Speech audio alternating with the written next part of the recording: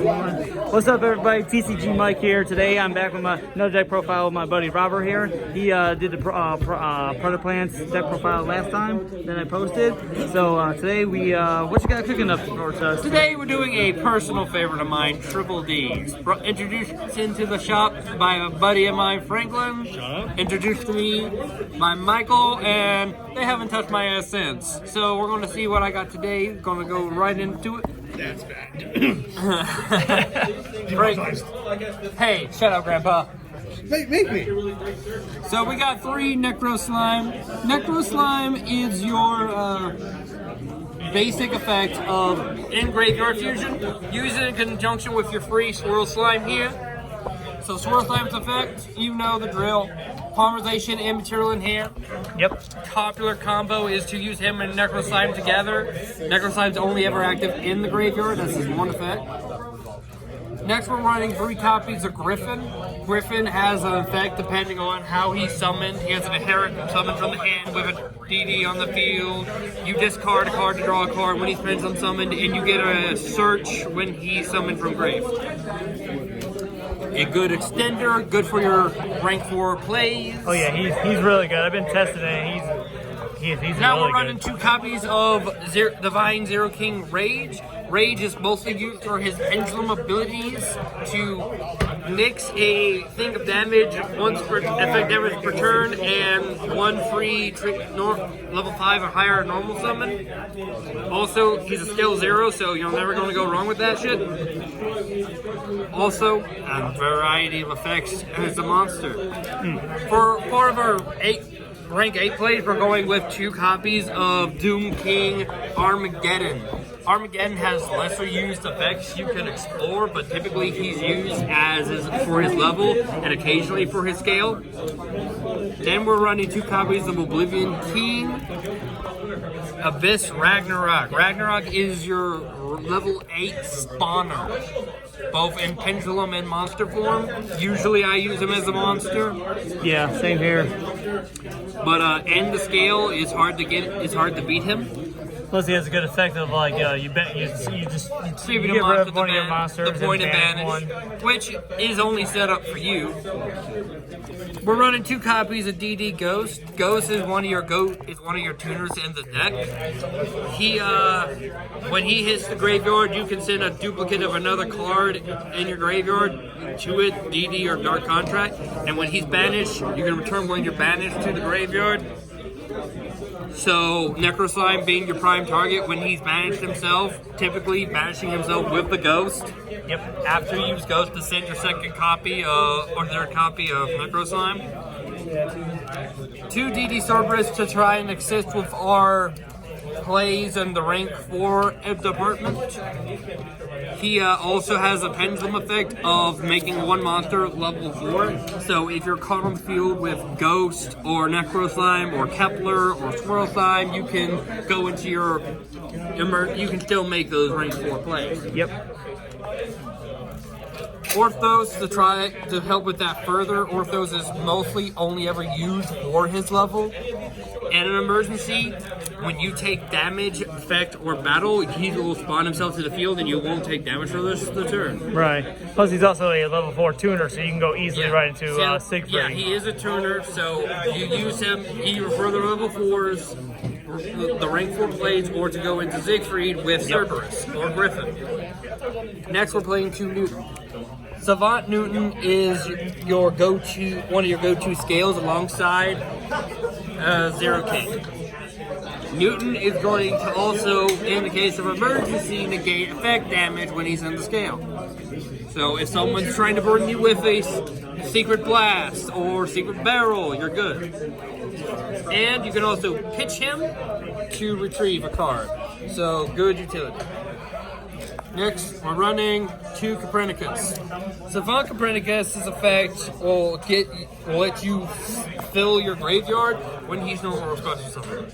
Yeah. He's also a scale 1, so you can use him in place of Rage. Next, I'm running 2 copies of Kepler. Now, most people run 3 copies of Kepler for maximum search ability. I like the feel of 2 to allow me for more utility elsewhere.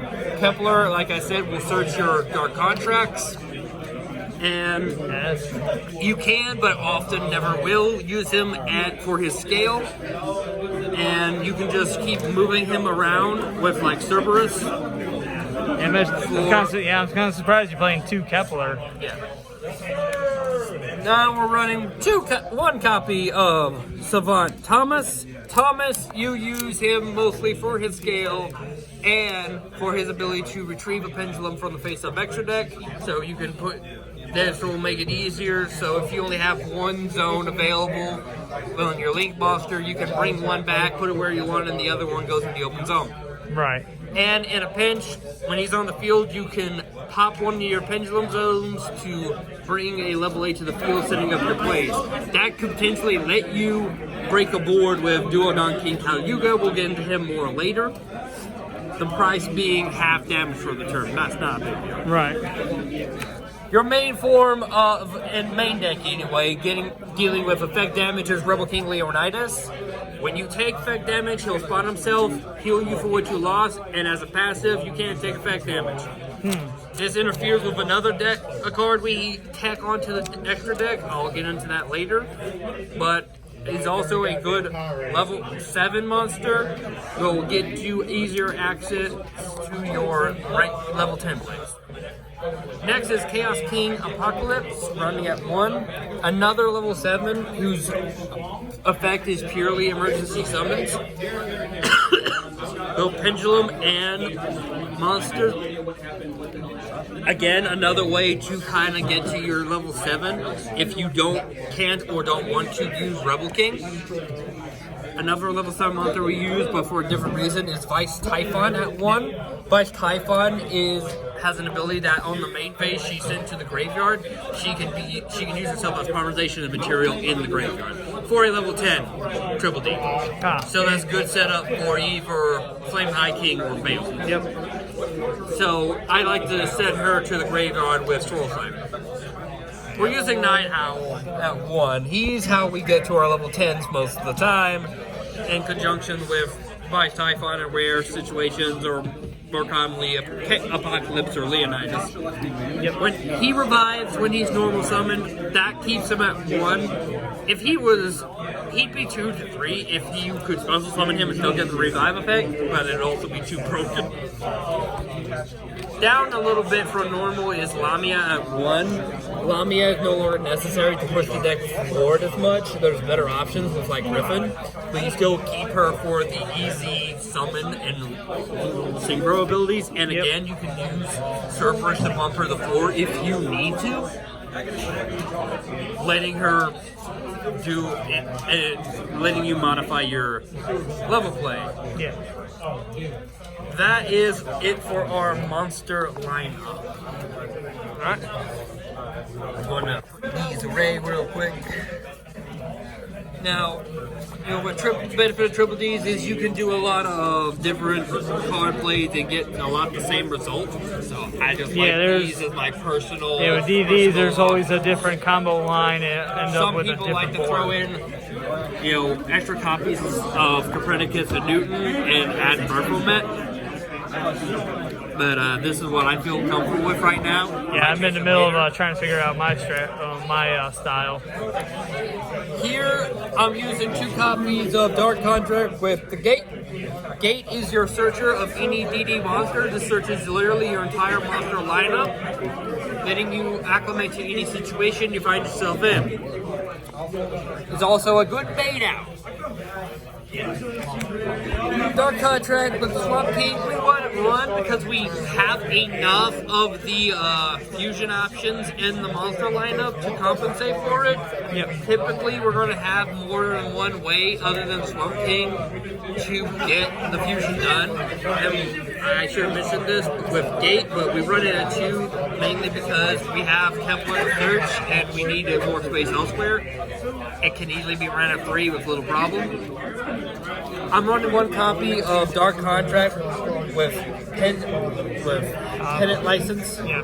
Fencing license? Pennant License is a soft lockdown option for an entire turn of the extra deck, where if you get your extra deck monsters all on the field. For each one of different type you have, if they summon that type, they'll burn for 1,000 and be locked out of that type. So it could potentially lock down an entire extra deck. The last of our spells is one copy of 1-for-1. Obviously, it's a limit of one. You'd run more if you could. But you dump this mostly for Kepler. Sometimes in a pinch you could do others. Yep. Like sometimes I've summoned Lamia, sometimes I've summoned Necro Slime to Just get to the graveyard. whatever I need. Yep. Next, for our traps, we're running one copy of Dark Contract with the Witch. Dark Contract with the Witch is a graveyard setup to point and destroy, which is great. Also, on their turn, they have 1,000 extra points worth of DDs and triple Ds to deal with. Next, we're running triple D human resources. This is your restocker of the deck. Lets you, so after you've done all your plays, you get this card, and you can, if you're about to lose your field to like a Zeus, you can put 3 DDs from Grave, Field, Pendulum Zones into your deck, and then restock your hand with 2 of them. Yep. So that's ungodly things that I think needs to be in the deck at 1. If this was a spell, a quick play, I'd run it at 2. Headhunt is our last main deck card. It is a more controlative option. It lets you take their monster if you have a triple D, and if it's an extra deck, it's traded as a triple D, letting you access basically the entirety of your extra deck for free with their monster. You can take their crystal wing and make it a triple D monster. You can use it for your Xyz plays. Is a snatch steal. Yes. But don't give it life points. They don't give life. Now we're moving on to extra deck, and we're starting with 3 copies of Abyss King Gilgamesh. Is your link 2, your only link in the deck, it's the only one you need. This bad boy will set up your pendulum zones. It burns you for 1,000. You don't care. And if he dies to the opponent, he will give you a monster from grave or extra deck, letting you access your entire extra deck just for having him die. Now it has to be destroyed, I believe. Yeah, destroyed by battle or by card effect, so Zeus will circumvent them, but most of the time, if your opponent wants to deal with them, they have to deal with whatever comes next. Then we're going to our Xyz monsters, kind of our highlight. We're doing 1 triple D Super Doom King Dark Armageddon. Dark Armageddon's an old favorite of mine. When he's on the field, when he's the first Xyz summon, he can give himself more material from the face-up extra deck. And he protects your pendulum monsters from being destroyed by card effects. He also lets you destroy monsters on the field equal to your pendulum monsters. So he's a good board breaker of the monster field. Yep. And he has a pendulum effect that you can set up when he's destroyed. Now this is your main board breaker. 1 copy of Duo Dawn King Yugioh. When he hits the field, if they don't negate his Xyz summon from the jump, he negates everything that's not him on the field for the turn. Yep. Now they'll still have their hand traps, and they'll still have their grave and their banish, but if they can't stop them immediately, they basically lose response for the turn. And for detaching, you can destroy the back row while they can't do anything, because if they don't activate it before he hits the field, they can't activate it either. So back row face down, done. And it's helpless. Yep. Or you can also detach to retrieve one of your Dark Contracts and get a set. Typically, you're going to save both shots for your nuke. Now, the new big guy on campus. This is Divisor King Deus Machinix. Machinix is a massive need in this deck. As he's out your effects on field, you either detach 2 or you pop one of your contracts and you eat it. Now, unfortunately, it doesn't negate the effects, but it will remove the monster from the board, so this is an out to Zeus. When Zeus activates that effect, you can pay the cost, eat him, and Zeus goes to the grave with you. So it adds extra consequence to every play they do. Also, the best part of this card is that he's easy to summon, being placed upon any triple D. Gotcha. Usually you want to place it on top of your Gilgamesh, as easy as it is to get the link out. Next, we're running 2 copies of Wave High King Caesar. They call this guy Big Caesar. Big Caesar, he is an absolute beast because he can stop any card effect that has an effect included into it that's supposed to summon the monster. And it's not once per turn or a chain. So if you do a chain 4, he can be 2 of those chains after stopping 2 special summon effects. And he'll boost their attack points, his and someone else's, every time. And when you ultimately do have to send him away, if he's dealt with, you get a contract. Now we're going with a Little Caesar. But this guy ain't serving pizza, he's just throwing fades all day. Mostly use him for his ability when he sends your graveyard to search a contract. Yep. But he has a revive ability of anything that was destroyed during the turn that in these situations you can access. Yep, I do the same thing.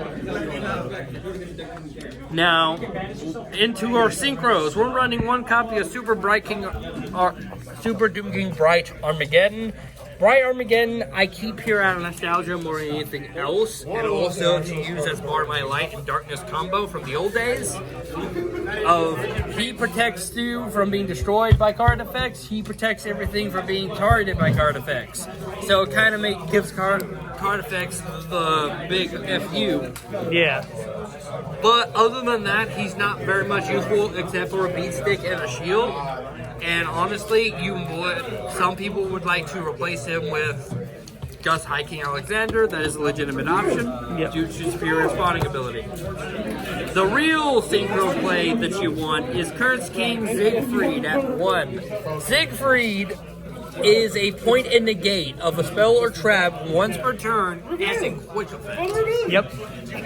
That is part of the main board that you like to play, whereas if you can at all, your main board that you prioritize is Deus King, Divisor King, and Big Caesar. And if you can throw in Siegfried, do it. Because then their special summons are locked. The first 2 are done, so they're probably not going to be able to special summon. Any monsters that get to the field are going to get eaten. And their spells are trapped. They have to wait. They have to negotiate a spell or trap. Okay. And when he dies, for every dark hunter you control, you gain a power. Going on to fusions, winding down. Dragonbane King Beowulf at 1. Use him in case you're going against a defensive player, or you can't get to, you don't want to waste too many resources right now on Yugioh. He, during your standby phase, will nuke the back row, and he deals piercing battle damage. He gives that to every triple D. Yeah. Next, an oldie but a goodie. Oracle King Dark is only here for the obvious gain life instead of losing it to effect damage. Typically, you use it to counteract your own dark contracts if you get caught into a long game. Yep. Or if you're going to be costing yourself a lot of... I like using it because it's also a quick fusion, plus it's a 1-tuner with Lamia or Nighthawk that goes straight into your rank, into your... You're level 10 or... Level 8, yep. That's what I also love about it. Yeah, it's easy for those. Next, we're running 1 copy of Big Genghis, that's Flame High King Genghis. He's used mostly for his spawn and negate. But his negate is only used once per turn on your turn, not your opponent's, only when you're playing, so it stops battle traps. Yeah. You can also use it to protect the activation of your own contracts you're not going to use that turn. Like, if you're not going to use that turn, you can stop a dark contract to the Swamp King from burning you. Yep. Finally, in our extract, we're running 2 copies of Little Flame King Genghis. Genghis is used in this almost exclusively to revive and then go into into Big Caesar. Due to the level 6, it's easier to do that than to try and use your main deck space. Yep. And that is it for our extra deck. I got a small side deck prepared. Not very much of one. Just some extra options depending on what the opponent's going to do and what they prioritize. I'm gonna share that with y'all real quick.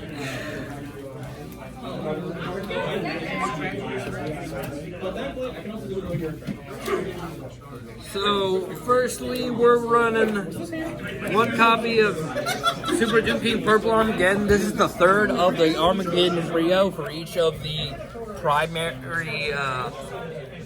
fusion and primary extra deck types. Yep. His effect is to target a monster, destroy it, deal half its damage, half its effective damage. Yeah. But it only targets the face of attack position monster. You only bring him out if you are going to deal with big beaters getting bigger. He's not as good as Arc the other Rebellion. ones. If you see an Arc Rebellion, if you see a Crimson Nova boosted off Cubic Wave, anything that deals with adding attack points, drop it down and kill it. Dark Contract with Errors. Dark Contract with Errors is once per turn will negate every other trap except itself. So it kills trap tricks, it kills elephants, it kills labyrinth. So if you're facing one of these, you side this in and you search it with Kevlar. And prioritize using that, keeping that around. You know, just to counteract your heavy trap decks. Right. Too niche for main deck, but too good not to have around. Finally, an old favorite is Dark Contract of the Eternal Darkness. Now, this card, when your Pendulum Zones are set with DD monsters, they can't target monsters on the field with card effects. Also, they can't use their monsters on their field for Tribute Summoning, Fusion Summoning, Link, Xyz Summoning, or Synchro Summoning. Completely locked out of those options on field, which completely nullifies Xyz and Synchros and hinders Fusion plays. Also, Monarchs, if you run into one, or Fluanderies, may they burn in hell. They are also hindered because they can't tribute their monsters to tribute someone. This is a side deck option. I use the main this, but it's a side deck option nowadays because of the fact of your one spell of trap destruction away from it being nullified. Yep. And because links get around it and fusions can too. Yep. And that's my side deck. That's the end of the profile. Shots fired to Love this deck, had a lot of success with it, a lot of fun times. I'm glad to have been able to make these most recent additions to boost it up.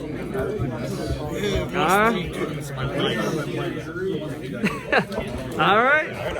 Thank you, everybody, for TCG Mike here. That was my buddy Robert with DDs. Catch you later.